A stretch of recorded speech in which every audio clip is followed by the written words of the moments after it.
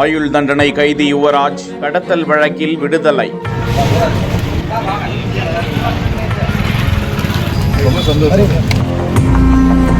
சாட்சி கூற வந்தவர்களே பிறழ் சாட்சியாக மாறியதால் நீதிபதி உத்தரவு.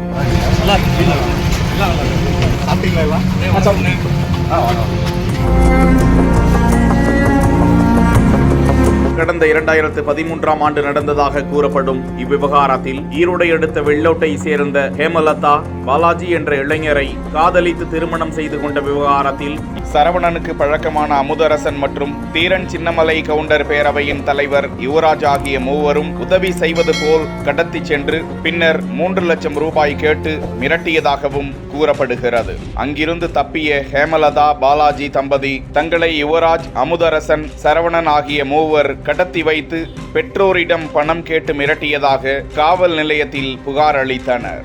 இந்த வழக்கு ஈரோடு மகிழா விரைவு நீதிமன்றத்தில் நடந்து வந்த நிலையில் நீதிபதியின் தீர்ப்பளித்திருக்கிறார். அதில் ஹேமலதா மற்றும் பாலாஜி தம்பதியினர் பிறழ் சாட்சியாக மாறியதாக கூறப்படும் நிலையில் இவ்வழக்கில் இருந்து யுவராஜ் உள்ளிட்ட 3 பேரை விடுதலை செய்து நீதிபதி சொர்ணகுமார் உத்தரவு பிறப்பித்தார். இதற்காக கோவை சிறையிலிருந்து யுவராஜ் நீதிமன்றத்திற்கு அழைத்து வரப்பட்ட நிலையில் நீதிமன்ற வளாகத்தில் பரபரப்பு நிலவியதை தொடர்ந்து மீண்டும் கோவை சிறையில் யுவராஜ் அடைக்கப்பட்டார்.